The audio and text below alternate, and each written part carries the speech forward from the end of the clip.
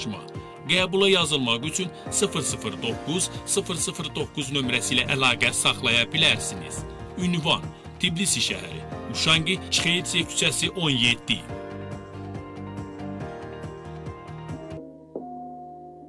Bir həyat hekayəsi. Sevinci, kədəri, problemi və həyat təcrübəsi ilə dolu olan təsirli və ibrətamiz bir həyat hekayəsi. Hər insanın özünə məxsus bir həyat hekayəsi var. Müxtəlif həyat hekayələrini dinləmək üçün 96.9 tezliyində Manol Radiosunun canlı efirində Rübabə Muxtarovanın təqdimatında çərşənbə axşamı saat 12:00-da dinləyə bilərsiniz. Salam, hörmətli Radio Manol dinləyiciləri. Sizi yenidə bugün mən Rübabə Muxtarova bir həyat hekayəsi radio proqramında Radio Manolun əlbəttə ki canlı efirində sizi salamlayıram əziz dinləyicilər. Bizim bugünkü qonağımız gözəl, gənc, aktiv xanım, yardımsevər xanım Minurə Mustafayevadır. Salam Minurə, necəsən? Salam, çox sağ olun. Yaxşıyam, siz necəsiniz? Sağ ol, çox sağ ol. Mən də yaxşıyam. Çox sağ ol ki, dəvətimi qəbul elədin, gəldin. Çox təşəkkür edirəm sənə. Mən də sizə təşəkkür edirəm ki, məni dəvət etdiniz. Mən əvvəlcə sizləri, təbii ki, komandanızı və Radio Manol izləyicilərini və dinləyicilərinizi buradan salamlayıram. İnşallah günləri xoş keçər. Hə, amin. Özünü təqdim edə bilərsənmi dinləyicilərə biraz Minurə? Bəli, mən Minurə Mustafayeva, Dəmir-Güraxı kənd sakiniyəm. Bildiyiniz kimi xeyriyyə işlərlə məşğul olan bir gəncəm və öz biznesimizlə məşğulam. Qədər. Uşaqlığın harda və necə keçib? Mənim uşaqlığım, Gürcüstanlıyam. Gürcüstanda keçibdi. Kənd mühitində böyümüşəm. Qısa bir müddət Azərbaycanda yaşamışam. Daha sonra Gürcüstana qayıtmışam və burada yaşamışam, burada böyümüşəm. Burada məktəbə getmişəm. Təhsilimi burada almışam. Qısacası buralıyam. Lap yaxşı. Təhsilini dedin ki, buradandır. Harada təhsil almısan əminəm? Mən Dəmir-Güraxı kənd məktəbində, orta məktəbində 12 illik təhsil almışam. Daha sonra məktəbi bitirdikdən sonra mən Tiflisdə Elm İncəsənət Akademiyasında jurnalistika fakültəsini bitirmişəm. Daha sonra isə mən Avropa Universitetinə qəbul olmuşam. Orada iqtisadiyyat, ekonomika fakültəsində bitirdikdən sonra daha sonra magistratura təhsili də almışam təbii ki də. Belə. Lap yaxşı. Lap yaxşı. Belə bir sual verim sənə ki, qarşılaşdığın ən böyük çətinlik həyatında nə olub və onu necə aşmısan? Təbii ki də hər kəsin həyatında qarşılaşdığı çətin anlar olur. Mənim də qarşılaşdığım çox çətin anlarım olubdu. Amma insanlar özlərinə inanmalıdırlar ki, güvənməlidirlər ki, onların önünə çətin anları olduqları zaman asanlıqla aşa bilsinlər. Təbii ki də mən çətinliklərimi burada saymaq istəmirəm, amma mən özümə güvəndiyim üçün mənim qarşıma çıxan hər hansı bir çətinliyi asanlıqla aşmışam. Yəni, qısaca insanda inam, güvən olmalıdır. Hə, düzdür. Lap yaxşı. İndiyə qədər ən verdiyin önəmli qərar nə olub? Ən önəmli qərar, bilirsiniz ki, mən xeyriyyə işləri ilə məşğulam. Bəzən olub qarşılaşdığım bəzi çətin anlar olub ki, mən orada düzgün qərar verməli idim. Amma bəli, mən fikirləşirdim və bunlar mənim üçün çox çətin anlar olduğu üçün mən yenə də asanlıqla bu işin öhdəsindən gəldiyim üçün bəli, çətin qərarlar vermişəm və asanlıqla bu işin öhdəsindən də gəlmişəm. Xeyriyyə işlərimizdə bəli olub, çox çətin anlarımız olub, amma onu asanlıqla aşmışıq. Lap yaxşı. İndiyə qədər yəni həyatında sənə ilham verən insanlar kimlər olub? Mənim həyatımda ilham verən insanların sayı çoxdur, amma onlardan ən birincisi var ki, mənim başımın tacı olan mənim anamdır. Anam, mən hər zaman nəyisə eləyəndə, nəsə bir iş görmək istəyəndə, hər zaman mən anamı elə bil ki, örnək götürmüşəm, ondan ilhamlanmışam ki, mənim anam güclü olubdur, mənim anam hər çətinliyə baxmayaraq, o dözümlü olubdur, səbirli olubdur və heç vaxt o təslim olmayıb da. Hər zaman öz ayaqları üstündə durubdu. Mən də hər zaman anamı örnək götürmüşəm. Yəni örnək ala biləcəyim insanlardan biri anamdır. Təbii ki, həyatımda yəni çox yaxşı insanlar var olsunlar hər zaman həyatımda inşallah. Belə. Yəqin ki, ən dəyər verdiyin insanda. Bəli, həyatımda ən dəyər verdiyim insan birinci anamdır. Buradan da onu salamlayıram, əllərindən öpürəm. Sən mənim başımın tacısan. Lap yaxşı. Biz həqiqətən də o anaya təşəkkür edirik ki, sənin kimi qızı yetişdirib. Çox sağ olun, təşəkkürlər. Sizi ayaqda tutan, məsələn, əsas prinsip nə olub həyatında? Mənim ayaqda tutan prinsiplərdən biri mənim məsuliyyətli olmağımdır, dürüst olmağımdır. Hər hansı bir işi gördüyüm zaman mən o işi vicdanla edirəm və əsas prinsiplərimdən biri odur ki, mən hansısa bir işə başladığım zaman o işi mən heç vaxt yarımçıq buraxmıram. Hər zaman axıra qədər. Yəni bu prinsiplər mənim həyatımda var. Məni ayaqda tutan prinsiplər budur. Hər kəsin də məncə prinsiplərindən biri bu olmalıdır ki, əsas odur ki, məsuliyyətli olsunlar. Hər hansı işə başladıqları zaman onlar fikirləşməlidirlər ki, bu işin öhdəsindən gələ biləcəklərmi? Yəni qısacası məsuliyyət. Məsuliyyət. Təbii ki, mən də bu məsuliyyət məndə olduğuna görə mən asanlıqla hər işi öz öhdəmə də götürə bilirəm. Bilirəm ki, mən bu işi gördüyüm zaman mən bu işdə vicdanlı olacağam. Ən əsası odur. Mən ayaqda tutan prinsiplər bunlardır. Bax, məsələn, sən bu işi məsələn də, yəni hal-hazırda bu işlə məşğulsan, yardım işi ilə. Bax, onu ilk başlayanda nələr hiss edirdin? Mən ilk xeyriyyə işinə başlamamışdan öncə mən bəzi yardım fondları var idi ki, onların üzvüyəm. Hər ay onlar üçün bəlli bir məbləğ ödəmələr edirik. Onlar da ki, fəaliyyətləri üçün xərcləyirlər də, hansı bir anası atası olmayan uşaqlar üçün, yəni yardım işləri üçün xərclənir. Onlardan ilham aldım. Dedim, nə gözəl, yəni bu insanlar xeyriyyə işlərlə məşğuldurlarsa, mən də ola bilərəm. Beləliklə başladı. Və ilk... Boş vaxtlarında da yəqin ki, bu işlə məşğulsan. İlk dəfə bizdən bir yaşlı qadın 50 arabası istəmişdi. İlk yardımı onunla başlayıbdı. İlk xeyriyyə işimiz 50 arabası almaq olubdu. Ondan sonra artıq 5 ildir ki, xeyriyyə işlərlə məşğulam. Hə, yəni ki, boş vaxtlarında da yəqin ki, bununla məşğul olmağı xoşlayırsan. Bəli, biz artıq 12 ildən artıqdır ki, öz şəxsi biznesimizlə məşğuluq.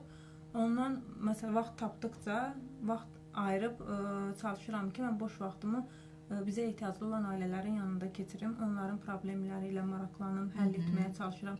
Bəzi ailələr bizdən, məsələn, nələrsə istəyirlər də, ehtiyac, ərzaq istəyirlər, dərman istəyirlər, hər nələrsə də. Mən çalışıram ki, mən boş vaxtlarımı ailələrin yanında keçirim, onların problemlərini həll etməyə xərcləyirəm boş vaxtımı. Belə keçir vaxtım. Hə, lap yaxşı. Məsələn, gənc nəslə nə məsləhət verərdin? Gənc nəslə məsləhətim odur ki, ilk öncə valideynlərinin onlara etdiyi məsləhətlərə qulaq assınlar, onları sevsinlər, saysınlar, sonra özlərinə güvənsinlər, dürüst olsunlar, zəhmətkeş olsunlar və ən əsası odur, oxusunlar, təhsilli olsunlar. Lap yaxşı, lap yaxşı, çox sağ ol. Bax, məsələn, şeirlə, belə, yaradıcılıq işi ilə aran necədir? Şeir? Ümumiyyətlə də, yəni, yaxşıdır, yoxsa pisdir? Şeir deyə bilmərəm, amma paylaşımlarımda olur ki, onların başlıq hissəsindəsə yazmaq lazım olanda ilhamlarım gəlir birdən, onu yaza bilirəm. Amma belə şeir yox. Yaza bilmirsən? Yox, şeir yaza bilmirəm. Biz uşaq olanda mənim qardaşım şeir yazmağa həvəsli idi. Özündən uydururdu şeirə, yazırdı, amma çox gözəl idi. Mən uydura bilmirdim. Ümumiyyətlə, ailədə neçə uşaqsınız? Bir qardaşım var. Bir qardaşım var, bir sənsən, hə, lap yaxşı. Qardaşımla birlikdə biz öz şəxsi biznesimizdə işləyirik. Mənim qardaşım böyük ihtimal hər kəs tanıyır, o zərgərdir, gümüş ustasıdır. Belə. Hə, lap yaxşı, lap yaxşı. Hə, bəlkə başqa nəsə bir sözün, nəsə bir dinləyicilərə çatdıracaq nəyinsə bəlkə var bir sözün. Bəli, yəni dediyim kimi biz artıq 5 ildən çox xeyriyyə işlərinə məşğuluq. Bizim xeyriyyə işlərimizdə bizə dəstək olan insanlara mən çox təşəkkür edirəm ki, mən hər zaman ehtiyaclı ailələri səhifələrimdə, sosial şəbəkələrdə paylaşım elədiyim zaman ki, məsələn, bu ailənin əl arabasına ehtiyacı var, dərmana ehtiyacı var, ərzaqa ehtiyacı var. Hər kəs dəstək olmağa çalışır. Mən buradan onları da salamlayıram. Çox təşəkkür edirəm ki, hər zaman dəstək olublar. Qazancları bol olsun ki, hər zaman belə xeyriyyə işlərinə dəstək ola bilsinlər. Hə. Lap yaxşı, lap yaxşı. Yəni ki, başqa daha bir Başqa daha siz sual verin, mən cavablayabilirsəm cavablayaram. Hə. Yəni məsələn sən dedin ki, anana çox dəyər verirsən də, yəni anan həmişə sənin necə deyirlər, arxanda durub, həmişə məsələn sənə dəstək olub. Hə.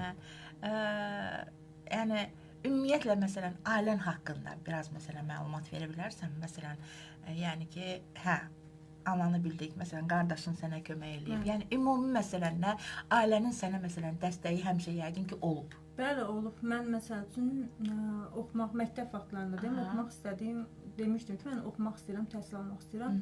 Yəni həmişə arxamda olublar, həmişə dəstək olublar. Hazırlıqlara getmişəm, dəstək olublar. Təbii ki, getməlisən, oxu.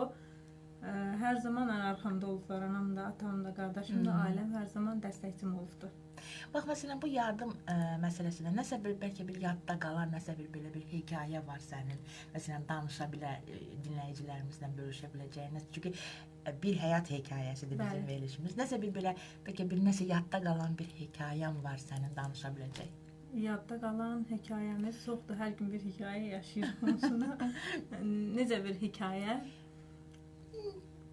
Necə sən hansını məsləhət görürsən, onu da danışa bilərsən, məsələn, paylaşımlarda, məsələn, yardımlarında, məsələn, yəni ki, ən yadda qalan, sənin ən yadında qalan, məsələn, nə olur? Yadımda qalan hadisələr çoxdur, amma onlardan biri, bu bir neçə gün əvvəl bir hadisə oldu. Deməli, bir gənc, 22 yaşlı bir gənc qız mənə yazdı və təhsillə bağlı bir problemi var idi, ödəmək edə bilmirdi və ailəsində problemi var idi. Böyük ehtimal ki, təhsilin pulunu ödəyə bilmirlər. Ailənin vəziyyəti çətindir. Bəli, o qız dedi ki, yəni mənə kömək edə bilərsiniz. Mən təhsilimi yarımçıq qoymaq istəmirəm. 3-cü kurs tələbəsidir. Mən çox istəmişəm, oxuyum, təhsilli olum. Yəni, o an mənim üçün təsiri idi. Çünki oxumaq istəyir, təhsil olmaq istəyir, amma bir yandan da imkanı yoxdur. Yəni, belə təsirli anlar tabii ki, mənim həyatımda çox olubdur. Hansı birini danışım bilmirəm, çoxdur. Ən önəmlisi təhsilinlə əlaqəli olduğuna görə elə bunu danışmaq istədim. Siz ona yardım edə bildiniz? Artıq 2-3 gündür ki, paylaşım eləmişəm.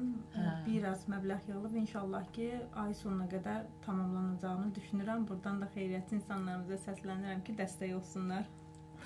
Hə, lap yaxşı. Hə, çox sağ ol. Çox sağ ol, Nurəm. Çox sağ ol ki, yenə deyirəm ki, gəldin. Dəvətimi qəbul elədin. Çox sağ ol. Yəni, əgər yenə də bəlkə nəsə bir yenə də bölüşəcəyim bir şey varsa, hələ vaxtımıza var çünki. Siz də sağ olun. Dəvət etdiniz, qonaq etdiniz. Siz sual verin. Çətin sual verin.